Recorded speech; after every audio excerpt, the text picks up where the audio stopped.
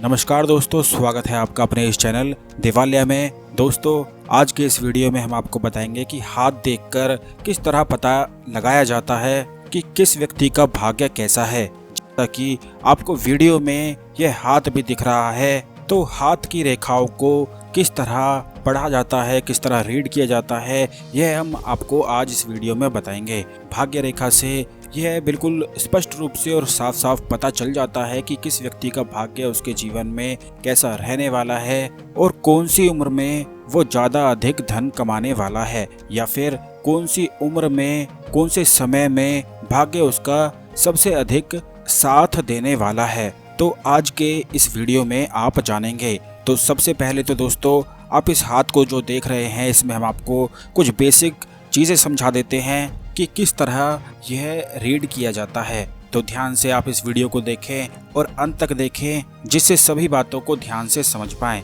लेकिन उससे पहले जो लोग नए हैं वो हमारे चैनल दिवालिया को सब्सक्राइब कर लें, जिससे कोई भी वीडियो मिस ना हो। तो देखिए, ये जो लाइन होती है ये वाली, इसको हेड लाइन कहा जाता है, और जो ये वाली लाइन होती है इसको हार्ट लाइन कहा जाता है, और जो ये वाली लाइन होती है उसको लाइफ लाइन कहा जाता है।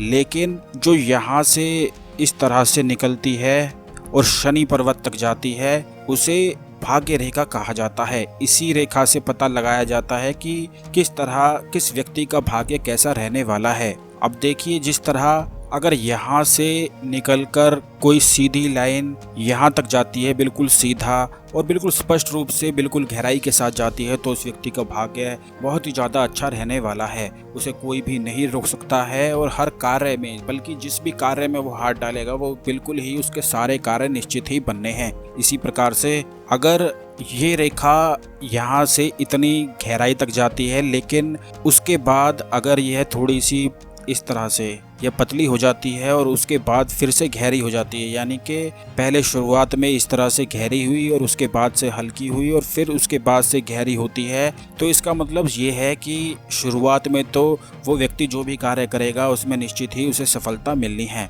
लेकिन कुछ समय के बाद उसका जो ये भाग्य की रेखा जो गहराई कम हो गई है, इसकी वजह से कार्य में बाधाएं आना, व्यापार रुक जाना, ये सब चीज़ें होती हैं। ये जो होता है इसको शनि पर्वत कहते हैं। इस पर्वत तक यह रेखा जाती है तो बहुत ही ज़्यादा अच्छा होता है, और जैसे कि ये इसमें कम हुई है उसके बाद से फिर गहराई रेखा ने पकड़ी है, तो इसी प्रकार से बाधाएं आती हैं, लेकिन बाधाएं हट जाती हैं और फिर से व्यापार भाग्य फिर से प्रबल हो जाता है। ठीक इसी प्रकार से अगर ये रेखा यहाँ तक है या यहाँ तक भी है, तो इसका मतलब ये है कि उतनी ही उम्र में कम समय तक ही उसका भाग्य साथ देने वाला है, और वह उसी समय में जितनी भी चीज़ें करेगा उसमें निश्चित ही उसे सफलता मिलेगी। क्योंकि बहुत सारे लोगों के साथ ऐसा होता है कि उनका शुरू में बहुत ही अच्छा चलता है, लेकिन बाद में क्या हो जाता है उन्हें बिल्कुल भी कुछ समझ में नहीं आता है। तो ये हाथ की रेखाओं से बिल्कुल स्पष्ट रूप से पता सब कुछ चल जाता है। भाग्य रेखा अगर इस तरह से आती है, जैसे यहाँ से शुरू हुई और बीच में कुछ भी नहीं है और उसके बाद यहाँ से शुरू होती है,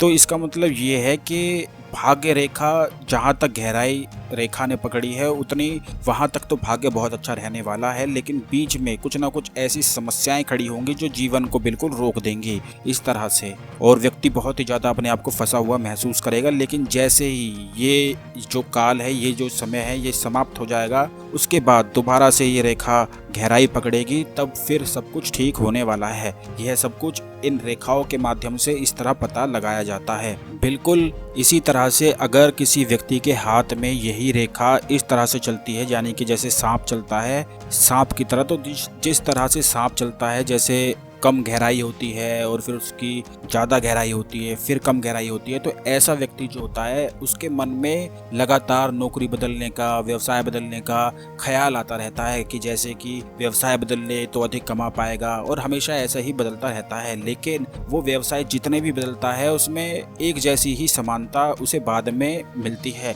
और फिर से वो व्यवसाय बदलने की कोशिश करता है। तो जितने भी व्यवसाय अगर वो बदलता है तो उन सभी में उसे सफलता निश्चित ही मिलती है और भाग्य उसका निश्चित ही साथ देता है। तो इस तरह से भाग्य रेखा के माध्यम से सब कुछ पता लगाया जाता है। अब इसी तरह से अगर शुक्र पर्वत से यह रेखा ऐसे निकलती है इस तरह से, तो इसका मतलब है कि वो व्यक्ति अपनी युवावस्था में बहुत ही ज्यादा अधिक धन कमाने वाला है। जैसे कि यहाँ से ना चल के वो रेखा अगर यहाँ से चलती है तो इसका मतलब ये है कि वो युवावस्था में बहुत ही अधिक धन कमाने वाला है और युवावस्था में ही सेटल भी होने वाला है। भाग्य रेखा इसी तरह सब कुछ बताती है कि किस तरह भाग्य का साथ रहने वाला है और क्या क्या जीवन में चीज़ें होंगी। अगर किसी व्यक्ति की बिल्कुल स्पष्ट रूप से, जैसे कि ये रेखा बिल्कुल स्पष्ट रूप से यहाँ से निकलकर बिल्कुल सीधी शनि पर्वत तक आती है, तो इसका मतलब ये है कि व्यक्ति के जीवन में कोई भी बाधाएं नहीं आने वाली हैं और उसे कोई भी नहीं रोक सकता है। ठीक इसी प्रकार से अगर किसी व्यक्ति के जीवन में यह रेखा हल्की गहरी होती है तो उसको भाग्य का साथ तो मिलता है, लेकिन उसके जीवन में बाधाएं बहुत आती हैं। जैसे कि उसकी रेखा बिल्कुल साफ ना दिखाई देती हो, बिल्कुल हल्की हल्की सी रेखाएं हों जो शनि पर्वत तक जाती हों, तो इस तरह से भी उसकी रेखाएं अगर हों तो भाग्य का कम ही साथ मिलता है। और इन्हीं रेखाओं के माध्यम से किसी का भी हाथ देखकर ये भी पता लगाया जा सकता है कि कौन से उपाय करने से उसके जीवन में भाग्य का उसे साथ मिलेगा और किस तरह वह आगे बढ़ता जाएगा। तो यह सब चीज़ें यही बताती है। और जो ये पर्वत होता है इसको मरकरी कहते हैं, इसको अपोलो कहते हैं, इसको शनि पर्वत यानी कि सैटर्न कहते हैं और इसको जुपिटर कहते हैं। तो इस तरह से हाथ की रेखाओं को रीड करके बताया जाता है। अगर यह वीडियो आपको अच्छा लगा तो इसे लाइक करके शेयर भी जरूर करें, जिससे और भी लोग इस जानकारी का लाभ उठा सकें। और अगर आप चाहते हैं कि हम हाथ के ऊपर ही हाथ की रेखाओं को कैसे और अधिक रीड किया जाता है, इस पर और भी ज़्यादा वीडियो बनाएं, तो कमेंट भी करें, लिखकर हमें बताएं। और चैनल को जरूर सब्सक्राइब कर लें, जिससे आने वाले सभी वीडियो आपको समय पर मिलते रहें और कोई भी वीडियो मिस ना हो। धन्यवाद।